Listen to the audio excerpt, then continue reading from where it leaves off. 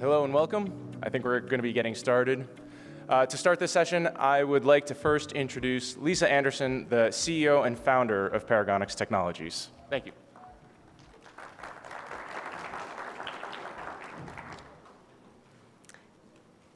Hello and welcome to our industry symposium focused on the impact of advanced heart preservation on program growth. Before we begin, we'd really like to take a moment and thank you all for joining us today. By being in this room and joining our incredible panel of speakers, you are all witness to increasing evidence for positive clinical outcomes using advanced heart preservation with Paragonix. And you are witness to a changing standard of care in heart preservation. Together, we have furthered the science of organ transplantation and preservation by making significant progress in our Guardian series of clinical registries focused on researching the impact of organ preservation on clinical transplant outcomes.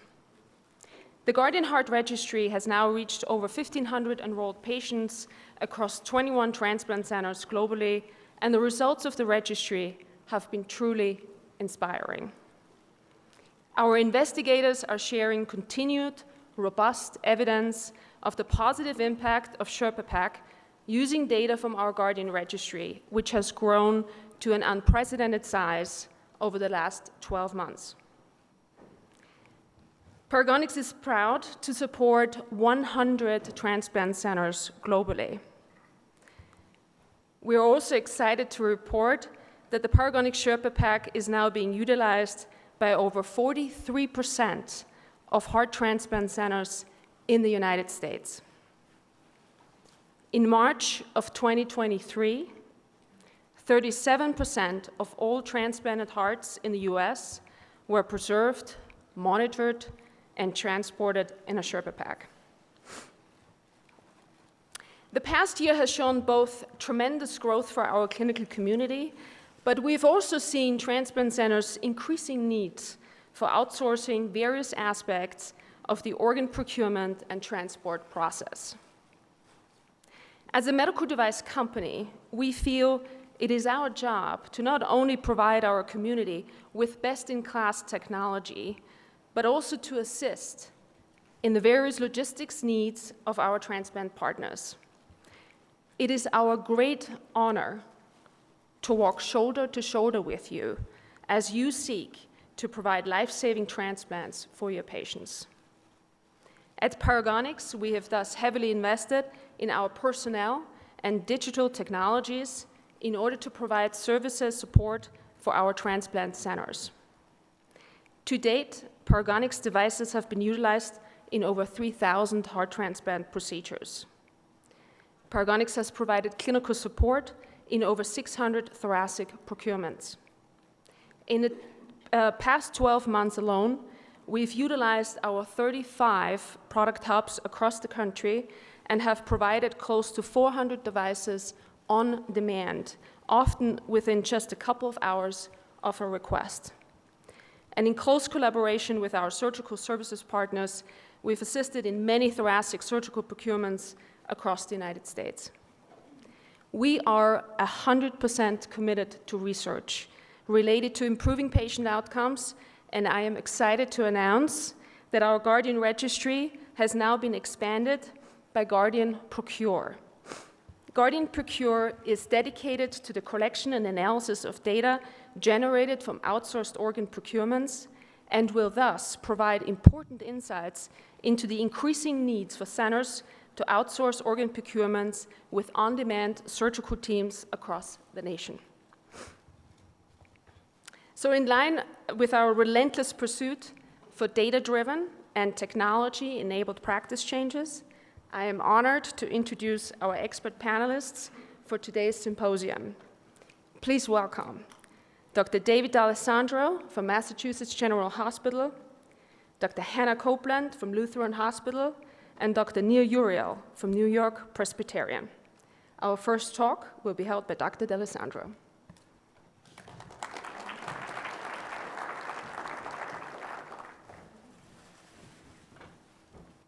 Thank you, Lisa, and I'd just like to thank Paragonix for hosting this session and for inviting me to participate.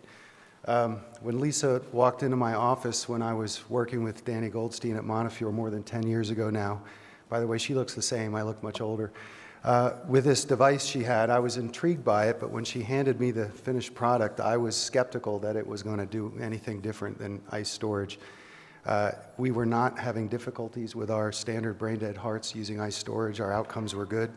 I do think it's important to try new things. And through our participation in the Guardian Registry and the data that I'm going to show you, I do believe this device is an improvement over cold storage. I do believe that the standard of care has changed, and I don't think there's a role anymore for ice storage. That's my opinion. I'm going to show you some data that hopefully will support that. Just by way of hands, if you guys could show me who in the room comes from a center where you're currently using this device? And who's using it, who's not using it at all? And selective use, I guess, is somewhere in between. Okay, that's helpful, thank you. So I'm going to just make some introductory remarks. I suspect I'm going to go below the allotted time, but that's okay because I know the speakers to follow will go well beyond it, so it'll all work out in the end. This is a really good review that just talks about the multifactorial things that play into the development of primary graft dysfunction in our patients, and there are many. But I do think that, and I think most of you that are here believe that preservation problems or suboptimal preservation is a major contributor to PGD in our patients and a major contributor to morbidity and mortality. This is data that comes from the Guardian Registry that's going to be presented this afternoon, just looking at the survival curves in patients with mild, moderate, and severe primary graft dysfunction. And when our patients suffer severe primary graft dysfunction, they have a near 8-fold increase in mortality. So this is a major problem, and it needs a solution. By the way, any of you that heard my prior talk, you're going to hear some of the same things, so I apologize for that, but I think they're important to reiterate. You may know that the 2020 ISHLT consensus document highlights the danger of freeze injury that's associated with traditional ice storage. These authors also note that the optimal temperature for preservation of a donor heart allograft is probably warmer than cold storage, somewhere in the range of 5 to 10 degrees Celsius, and that comes from early animal data from years and years ago, but there's quite a bit of it that supports that warmer temperatures are probably better. This was a FDA-approved device that came out in 2018. It's a pretty simple device. It's a hard container that suspends the heart in 3 liters of preservation solution. What you put on into that is up to you, and there's many different solutions that have been tried, and there's no good evidence yet that one is any better than another. That's put in a travel container that uses passive cooling from frozen packs. There's a little GPS chip in there that allows you to track the heart through transport, which is useful. We started using this device actually in 2018. It's been our standard of care since for the last several years. This is some of the early data that we looked at. You can all do this with your devices. It pretty reliably maintains the heart in that range of 4 to 8 degrees Celsius, which appears to be optimal, and it does that over extended periods of time. So the paradigm that I'd like to lay out for you, I think the chain of events is this. When you have suboptimal preservation with ice storage, it potentially could lead to freeze injury or perhaps just intolerance of longer ischemic times. As you know, that could lead to diminished perioperative function. That might not be severe, it might be mild or moderate, but all those things increase our ICU intervention. They increase our need for inotropes, which we know can adversely affect our patients. All these things compound risk, and the end result is survival is not optimized. If we start out with a more optimal preservation solution, we would expect to see improved perioperative cardiac performance. We would expect that we would reduce the need for interventions, including inotropes, ECMO, et cetera. This should improve outcomes, and we should see improved survival with improved preservation. So preservation affects all downstream events. The Guardian Heart Registry was started in 2020. It is a post-market observational registry that contains important both donor and recipient information and risk factors. It also collects perioperative and postoperative outcomes through 1 year of follow-up, although I believe we're trying to extend that out to 5 years. It's the largest real-world international clinical study which focuses on organ preservation with a Sherpa PACC system compared to cold storage. And data is entered in a one-to-one fashion, ideally through each participating center. There are to date more than 1,500 patients now in this registry submitted by 21 centers, both here in the United States and abroad. People often negatively comment about registry data. We all know that there are drawbacks with registry data, but the power of the registry data is that this data set now has over 1,200 patient years of follow-up. So that would take a large transplant center more than 20 years to amass, and by the time you had that data, it would no longer be relevant because it wouldn't be contemporaneous. So the importance of the registry data is that we can get a large amount of data that's real-time, that reflects current practice. So this is what I presented in the session earlier today when we looked at the latest slice of this data, and these are propensity-matched groups by site, by LVAD use, by era of allocation, by several of the important parameters. We get 281 fairly well-matched groups. We see a 26% reduction in all post-transplant MCS. We see a reduction in the need for balloon pumps. We see a 50% reduction in severe PGD, and we see a 12% reduction in the inotrope score at 24 hours. We also note that the mortality appears better, but the p-value is not quite statistically significant with a value of 0.07. Doing univariate logistic analysis to look at things that might influence the risk of severe primary graft dysfunction, you can see that the use of the Sherpa PACC system is protective with an odds ratio of 0.61, and that's significant. So of all these things, the only risk factor here that's modifiable, other than choosing to not accept the heart, is using the Sherpa PACC system. So a center can either choose to use it or not, but it certainly appears that it's protective for severe primary graft dysfunction. When we look at survival rather than mortality in these two groups, you do get a sense that these curves are separating, but again, the p-value is not quite significant with a value of 0.087. I made the comment earlier today that this is not comparing people's good results to people's bad results. The survival in both groups is better than the national average. So these are good outcomes in both groups, but it appears even better using the Sherpa system. When we try to assess the probability of developing severe primary graft dysfunction as a function of ischemic time, the ICE curve there shown in gray is sort of that traditional curve that we all recognize, showing a pretty steep increase in risk as the ischemic time extends. When we look at, and this is taken from the data of the registry, when we look at the risk of severe PGD using the Sherpa PACC system, you can see that that risk is attenuated at each time point. At no time point does ICE appear better than the Sherpa system.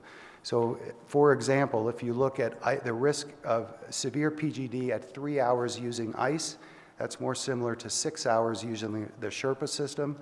Alternatively, if you consider just an ischemic time at 3 hours using the Sherpa system, reduces the risk of severe PGD by about 50%.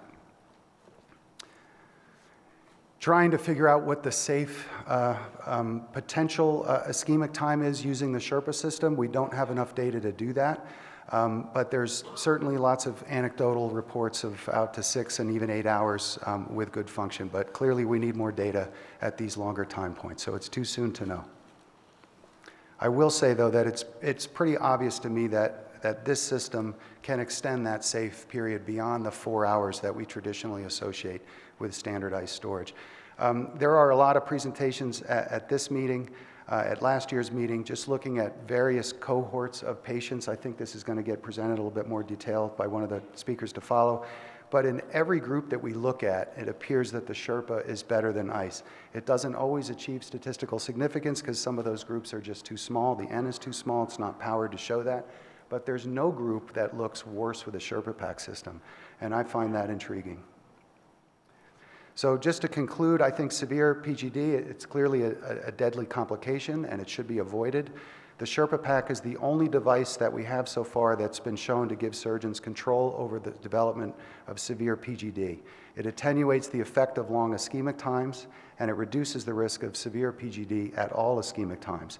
I think this registry has been very important, and it's enabled us to have unprecedented understanding of preservation, and I think that we're going to learn a lot in the years ahead. It needs more data. Those of you that want to participate, please sign up. Thank you. Thank you very much. Next, we have Dr. Hannah Copeland, Surgical Director of Heart Transplant and Mechanical Circulatory Support at Lutheran Hospital. Thank you all for the opportunity to present. I'm following a great presentation, so I hope it stacks up. I think the one thing in heart transplant that has fallen to the wayside up until recently is that the procurement was not really considered an important part. And I've always considered the procurement the beginning of the transplant surgery. And if you think of it as the beginning of the transplant surgery, and if done inadequately or insufficiently, has long-term effects on the transplant, you really see the importance of preservation and adequate surgical technique. So moving on, we'll do the heart, from heart to heart, consistent outcomes across the donor spectrum. Oh, okay. So that's what inspired us in 2020, before 2020, to write the Donor Heart and Lung Procurement Consensus paper that was published in Journal of Heart and Lung Transplant at that time, in which we highlighted the previous literature that talked about preserving hearts at 5 to 10 degrees Celsius, avoiding direct contact with ice because it caused myocardial freezing, and freezing of any part of the heart was undesirable because freezing and thawing caused irreversible cellular damage. And there were new technologies for packing to prevent freezing.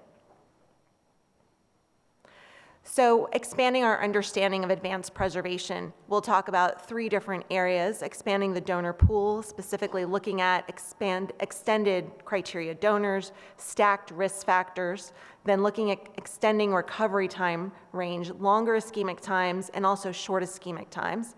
And then studying the understudied populations, looking at pediatric recipients, older recipients, those older than 50, and recipients with prior LVADs going into transplant, who we know are already at risk for primary graft dysfunction.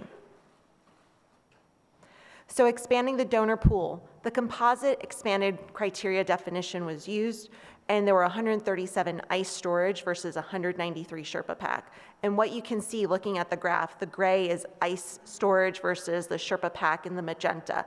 There's 49% reduction in newly placed ECMO and VAD post-transplant, 55% reduction in severe PGD, that's the far right, and then 92.9% one-year survival. You also see that there's a decreased use in intra-aortic balloon pump afterwards, and also a decrease in overall primary graft dysfunction after transplant, concluding that the Sherpa cardiac transplant support system is superior to ICE in all areas of preservation and recovery in the extended criteria donors, demonstrating clinical acceptable outcomes. Furthermore, we looked at long donor downtime greater than 20 minutes and long ischemic times. In that group, there were 11 storage versus 30 in the Sherpa pack. And though there was not statistical significance, you continue to see a reduction in ECMO after transplant by 63%, severe PGD by 45% reduction, and also decreased length of stay in the ICU. Then we looked at drug overdose donors, who also typically have a longer downtime, and then long ischemic time. And this group is also small, but we continue to see a reduction in post-transplant MCS by 61%, severe PGD continues to decrease by 71%, and a decreased length of stay in the ICU. Then, as Dr. D'Alessandro talked about, extending the recovery range. And you can see the magenta line with the Sherpa pack. You have significantly decreased probability of severe PGD at 4 hours and even at 6 hours compared to static ICE.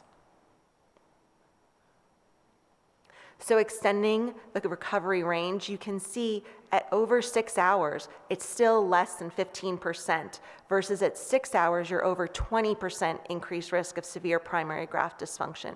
And this looked at 70% 70 ice storage versus 148 Sherpa pack, with 43% reduction in post-transplant mechanical circulatory support, 53% reduction in post-transplant ECMO, and 39% reduced odds of developing severe PGD.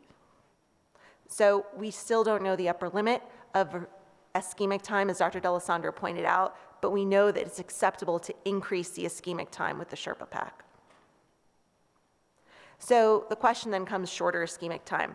A few years ago, there was a paper that did comment in their center that they had increased mortality with shorter ischemic times.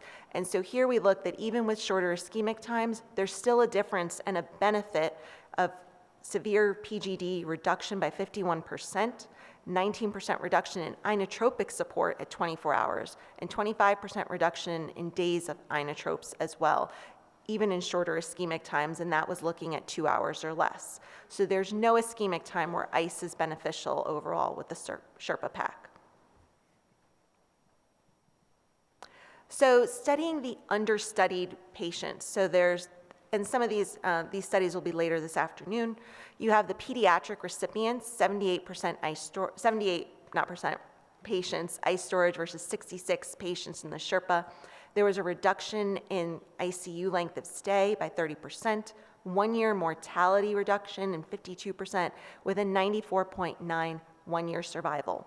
Older recipients, specifically those 50 or older, we had 296 patients of ice storage versus 387 Sherpa. And they had 27 minutes of longer ischemic time, though they had 51% reduction in severe primary graft dysfunction with a 93.2% 1-year survival. And then we looked at another patient population that already has a higher risk for primary graft dysfunction, those going into transplant with LVADs. And in that patient population, we had 178 on ice versus 149 on the Sherpa pack. And there was a 23-minute longer total ischemic time, though a 61% reduction in the severe primary graft dysfunction with 90% 1-year survival. So Guardian is still growing. We have increasing patient populations that allow us to study these patients that have traditionally not been represented in clinical trials and research and often are associated with their own risk factors.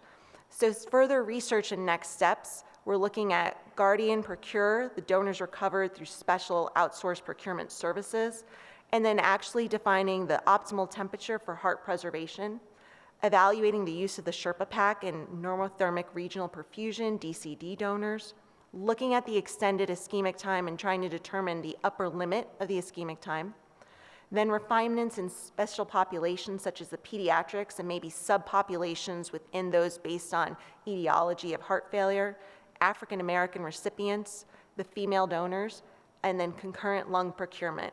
And also, I think it was taken off, we were going to look at preservation solutions as well. So conclusions, we enter a new era of understanding the importance of preservation and donor recovery and expanding on that research. The registry research is large-scale clinical registry that's powered our understanding of this critical but often previously underappreciated portion of transplantation. Randomized clinical trials are often unable to scale to the study small subpopulations and real-world challenges and dilemmas that we truly face. Registries have been efficient to study the impacts in these understudied subpopulations and better drive the equity for this in medical research. So the importance of organ preservation, while the level of evidence we have at these subpopulations varies and it's also limited by the number of patients, the Sherpa pack continues to demonstrate consistent clinical impact improvements in outcomes in heart transplant. Thank you.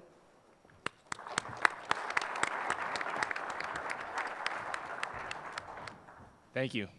Next, we have Dr. Uriel, Director of New York Presbyterian Heart Failure and Heart Transplant Mechanical Circulatory Support Programs. So thank you very much and good afternoon. It seems to be that there is a team because Lisa went to David's office when he was still in Montefiore and he did a study while he was in Mass General. Lisa came to my office when I was in University of Chicago, but we started using a Sherpa pack when we went back to New York Presbyterian, Columbia, and Cornell. So what we've seen in the last half an hour was pretty amazing. Significant reduction in PGD, almost significant reduction in mortality. But the challenge, and that's what I'm supposed to do, to take it from the beautiful science that you saw, how we convince our institution that that's what we need to do.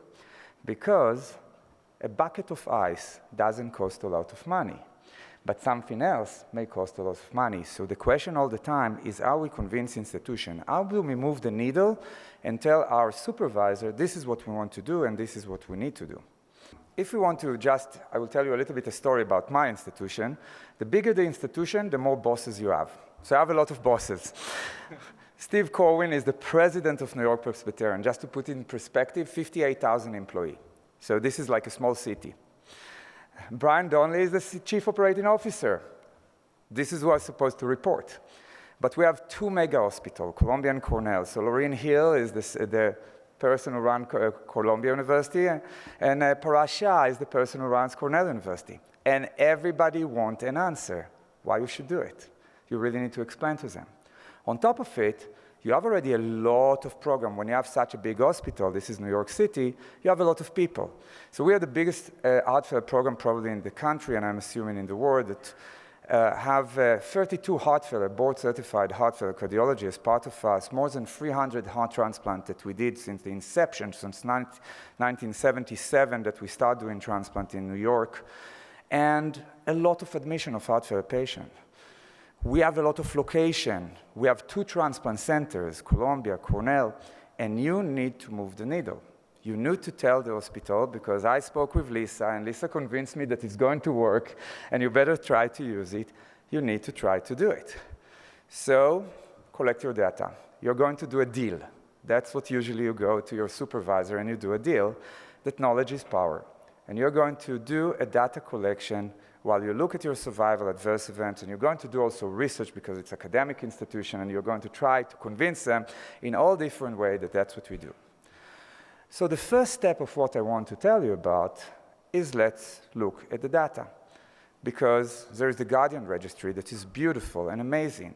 But when you sit down whoever sit down in a board meeting, an administrative meeting, he knows that they want your data. They don't want the registry data only. So we start collecting the data. I have here, actually Matt is here and is helping us collect all this data. And since we did a transition, we did all-comer transition. We look at the last 32 ICE patients that we did, and we continue with the 79, and we use only single organ. And surprise, surprise, we learned that our data is probably similar like the registry. So it's not going to be surprised, but you need to show it. The patients were in the 50 years old, 75 to 65% of them were male, BMI in the 25. Overall, the etiology of non-ischemic cardiomyopathy was the leading etiology, and we have a pretty high etiology of congenital of 6.3% of the patient. The first thing we start seeing, we dare more. We start doing much longer ischemic time, and as you can see already in this small cohort, it's a small cohort, it's not like the Guardian, but you already almost reach statistical significance in the ischemic time. The second thing you ask, do you do something? So again, this is a small cohort. We didn't anticipate to look at statistical significance, but we want to look at numerical differences. So it seemed to be that maybe a little bit less stay in the CCU.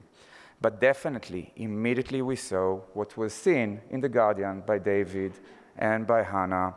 PGD went down from 15.6% to 5.1%. The utilization of ECMO as well from 15.6%. And outcome, of course, is too short to know, but already, as you can see, pretty significant improvement in the outcome. But what's the difference between your data and the Guardian data? The difference is that you can go and be granular, what sometimes you cannot do. So just before that, just to show, we had a problem with ECMO utilization before, and it's dropping very, very nicely in inception of the Sharper pack into the program at New York Presbyterian. So as I said, it's important. So we can ask why you cannot do in the Guardian because you don't have the granularity. So this actually came last year. We were sitting and we were having a nice chat with Mike and Elisa and Mary, and we said, it's all because we reduce ischemic injury. That's what we're saying. Did we prove that we reduce ischemic injury? So I'm going to give a little bit spoiler alert. Dor Lotan, one of my colleagues in New York Presbyterian, is going to present it tomorrow, as you will get all the story. But let's look at ischemic injury, because now we can go into the detail. So ischemic injury is divided into 4 groups. No evidence of ischemic injury, as you can see in this slide. A little bit focal and mild ischemic injury that is really minimal, not so important. And the 2 big ones that are more important. Multifocal or moderate ischemic injury, and people with severe ischemic injury that we're going to assess. So now, when you want to explain what is your data look like, you can actually ask this question.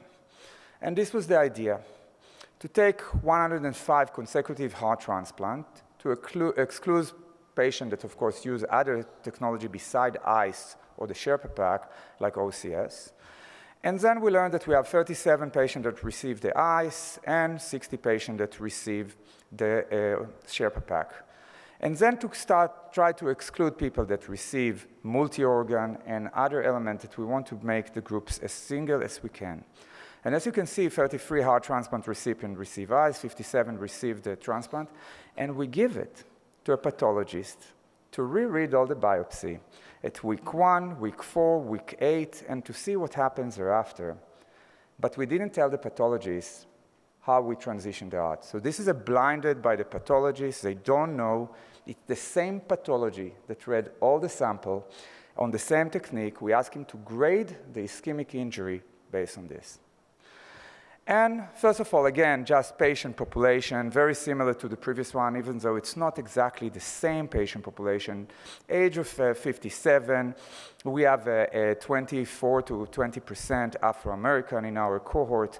And as you can see here, we have a lot of patients. So first of all, we are comparing something that is not randomized. So we assume that maybe there would be already a difference because we know from the Guardian that we can go further with the Sherpa pack. So yes, we went further with the Sherpa pack. As you can see, 33% of the patients that were transferred in the Sherpa pack group were more than 240 minutes ischemic time. So first of all, whenever we're going to look at the result, just understand this much, much more ischemic time compared to only 3%, as you can see here. So definitely, we go further. Second thing, again, this cohort demonstrated a significant reduction in the utilization of PGD and ECMO after the Sherpa pack. But then we want to start to understand what happened actually to the ischemic injury. And what we did, and I have to give all the chapeau to Dor that sit down with all this data and collect it beautifully, is look at the patient that have significant ischemic injury, more than 2, as I show in the original slide on the pathology. And we saw, despite much longer distance, in week 1, it's looked pretty similar. 50% of the patient will have significant ischemic injury. But what happened in week, actually, 4? Only 24% of the patients with the CTS continue to have ischemic injury, while still 40% of the people on the ICE. So this resolution of the ischemic injury is not happening on the ICE, it's happening to the people that were protected with the Sherpa pack. And this further continued to week 8.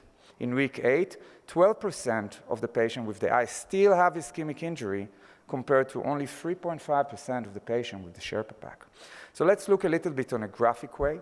Again, this is just, as I said, this is something that we need to learn to convince our institution how to do it and why we want to do it. And this was enough to convince them we don't need statistical significance in order to show it. Again, we go much further, 33% ischemic time, above 240 minutes compared to 3%. The same in 1 week, but look at the resolution of the ischemic injury and look how fast it is. So we actually can analyze it in a more statistical way. And actually, even though the cohort was so small, we already showed that the Sherpa pack reduced substantially the myocardial necrosis, ischemic myocardial necrosis over time and protect for the long time. So what does it do to your program? This is our program. It's due to the program that the program is growing. We're a big program. We did last year 86 adult transplant, another 22 peds, 108 transplant. This year already we are almost 30 transplant.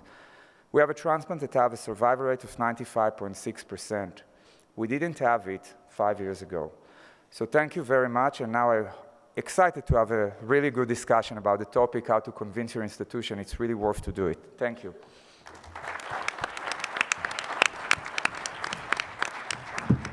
Thank you very much, Dr. Uriel. We're going to open the floor for questions if you go to the microphones and start any questions.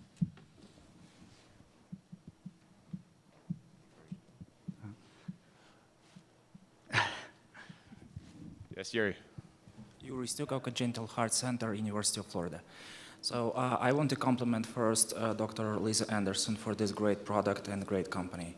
And second, I have a question for Dr. Copeland regarding the paper. And so when we cross-clamp the aorta, when we extract the heart, usually when we introduce the cardioplegia, we put the iSlash on the heart. So that's kind of institutional preference, I think. And most of the transplant centers, I believe, do so.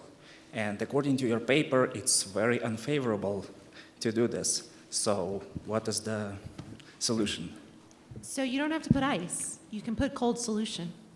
I know the lung team puts ice, and it's not perfect sometimes if you're procuring with another team that's putting ice, but you can just put cold solution from the ice slush that's there, and that will pour on, and do the same. I know that some people still use ice. That data has been there, and it's older, but it's still there. But the data refers more to the preservation than the time of procurement, because it's the long-standing ice on the travel. But still, I can tell you personally that I use cold not slush, but cold preservation solution, and it's been with ice, but it's actually there's no ice on the heart when I do it. Right, so we try to use this also, and usually you open the right pleural space, and when you transect the IVC, you need at least 3 gallons of this solution because of the drop We need a socket lot, right yes. there. We bring about 10 liters with us. Okay, yeah, all right, thank you. Yes. Yeah, Uli Jorde Montefiore, really compelling data, great symposium. I have a question for Dr. Uriel. Surprised that you need to ask me the question in such a big audience. Where are you going for dinner tonight? No. The ischemic data, yes. If you think that the preservation is better with the Sherpa pack, which in the outcomes data seems to be supported, why would you not see a difference at 7 days? What you really see is the clearance of the ischemic injury from 1 week forward is maybe better, but how do you connect that causally to the initial preservation? I couldn't expect a better question from Dr. Jorde. So actually, we need to remember. That's how you wrote it down. So first of all, we need to remember that pathology have its own limitation. When we look at something, it's look very similar on the pathology, on the microscope. It doesn't mean that the severity of this injury is the same. And this is something that we learn more and more actually in this meeting, even post-transplant, in the role of the biopsy in the presence of a myocardial damage, for example, with molecular microscope as MMDX and cell-free DNA, and how the pathology is mimicking. What we saw is 50% of the heart we procure have ischemic injury, regardless of what we do. How deep is this? This is the resolution. And I think the reason that you see an early difference is because the depth of the injury is not so robust with the Sherpa pack as it's with the ice, and that's the reason you have much faster resolution, and that's the reason you see the reduction in the PGD, and that's the reason you, hopefully, when the gradient will be bigger, we'll also see statistically significant reduction in mortality. So again, I want us to be, pathology give us a glimpse to what's going on. It doesn't give us the full story, but it's start to explain what's going behind the beautiful data that both David and Hannah presented to you today. I think to add to that, though, the other issue is we haven't truly elucidated the procurement and the surgical technique for it. We have not elucidated the technique as how much preservation solution to give, because some may be giving not enough and some may be giving too much, and we don't know that data. I've published on the fact that from the UNOS database that the preservation solution, the type, does not make a difference, but we don't know the volume and how quickly that's given, that the data is not there. So we still have a lot of work to do in regards to the procurement technique to be better at it, just in general. Nir, wasn't the ischemic time in your Sherpa group longer than the... Dramatically longer. Yeah. So that's something that I emphasize. And again, we've said 33% of the patient with the Sherpa pack had ischemic time more than 240 minutes, compared to only one patient in the ice. We didn't dare to go to this ischemic time with the ice. So when you have those equal, and you start actually very different, and you equal, and immediately you improve, you can understand. And again, in a randomized fashion that I'm proposing that you guys will do, you're definitely going to see a dramatically different in the pathology between the two centers. We're all going further and further to get hearts, and ischemic times are going longer. So when any of our centers look at our own data, those comparisons are hard to make. It's the reason why the registry is so important, because you can control for those differences. George, I think. Dr. Wieselhaar? Well, first of all, I have confessed, I'm an enthusiastic user of the Sherpa pack, myself, for a long period of time right now, and I really appreciate that, and actually I appreciate, what we heard about the data. Actually, I just want to go back, what Hannah said, and what was the question beforehand. The problem is that we actually, and you or whoever wants to collect data, has to standardize, the perfusion procedure and technique, 100%. The reason why I say that, I'm in this business for a long period of time already, and back in 1989, I think, I did the CE certification procedure, for Celsior, which is another perfusion solution, and we actually just figured out, that ischemic time per se, for sure has an impact. Age has a major impact, on severe graft dysfunction. And for sure, the storage, is part of it, but it's not everything, So I think, in order to come up, with really clear data, you have to put everything into the equation and not just look at the very small part, of it. Once again, I have to say, I'm using it, I like the system, and it made it way easier for us. But I think, to be really scientifically correct, you have to take everything into the equation and really try to get the perfusion data as well. Because I do a lot of procurements and mainly taking the lungs and see, how other people actually procure the heart. And it's day and night, some measure pressures, others don't, they do half a liter of UW, liter of UW, 1.5 liters of UW. The heart doesn't stop beating, and, so there's a lot of things that you have to put into the equation in order to get really good data. Thank you. The only company that's been able to get us to standardize the solution is Transmedics. They said it had to be Del Nido. Good luck doing that. Danny. Thank you, terrific. This is just, it feels like there's a paradigm shift in the air. So 3 questions, now to the entire panel. Are you all doing these for all your cases now? Yes, all 3. Dave? Yeah. So we are not doing it in DCD. DCD for us, we're doing it with the OCS system. We are not doing DCD with NRP from our ethics department did not allow it. So DCD for our institution remain on the OCS. All the rest of the transplant now is done by Sherpa pack. But Danny, I want to expand on your question because we had a lot of corridor discussion in ISHLT, and actually I'm interested to see Anna and David what they say. Some people say, oh, when we go very close, we don't do it. And the data that Anna emphasized and David emphasized show that the difference starts earlier. So David, you do it regardless of the distance? We do it for all brain-dead donors, regardless of distance. 100%. So we're very similar, all of us, in that. So you guessed my second question, but is there enough data there to look at DBD versus DCD and RP? It'd be nice to have that stratification and outcomes. Do you have enough, Hannah, or you don't? So far in the Guardian Registry, we do not have DCD NRP cases in there, but that is something that we are working on incorporating as we expand. Yeah, highly encourage it. Number 3, I want to quote Craig Selzman. Craig, are you here?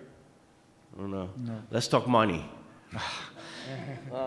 So Lisa, what are you guys doing to, where does that stand in terms of the reimbursement of this technology? It eats up a lot of the quote-unquote profit of the heart transplantation.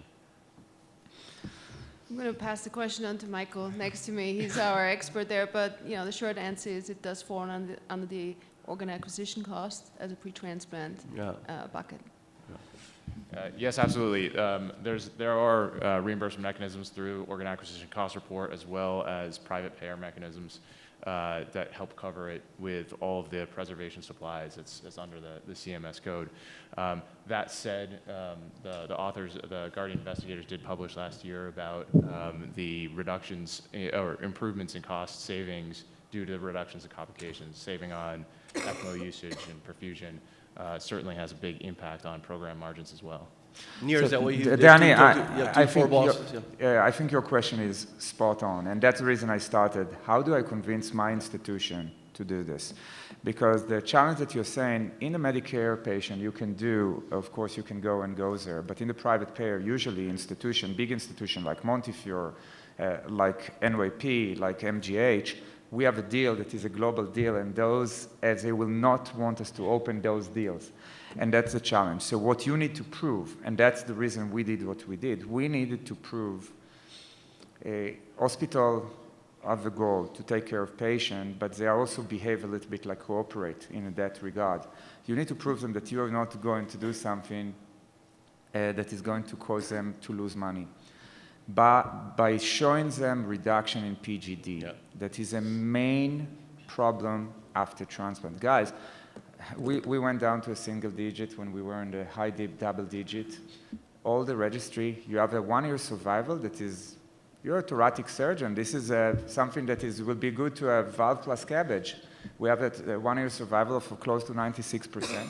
So I think what you see now in transplant, because of preservation, is going to help the hospital to understand we're getting the heart farther, so maybe they wait less time in the hospital, they're staying less time in the CCU because less PGD, and you use less ECMO.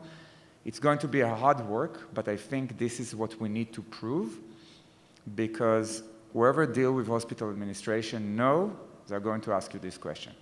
What you ask is what I need to answer. One last quick question. Are you guys capturing medications? Yes, we are. We are working on extracting more information, and we're doing a big project right now to update our database structure so we can better analyze that. Getting into all the details of all the medications is quite challenging. It's obviously Well, a lot my question, I guess, around the use of amiodarone. It would be great to have that data, because there are a subset of patients. The moment we list somebody, we stop the amiodarone, but some patients that really need it. Yeah. Until the day of transplant, so it would be nice to know the potential impact of this technology on those patients. Thanks. Dan, I just want to add to the cost discussion. The cost of transplantation is going through the roof. We're handing out balloon pumps and Impellas preoperatively like candy. I think this is a insignificant incremental cost that can easily be justified by the improvement in outcomes. But to Danny's point, every line you need to explain. All right, well, with that, thank you very much for attending this session, and have a great afternoon.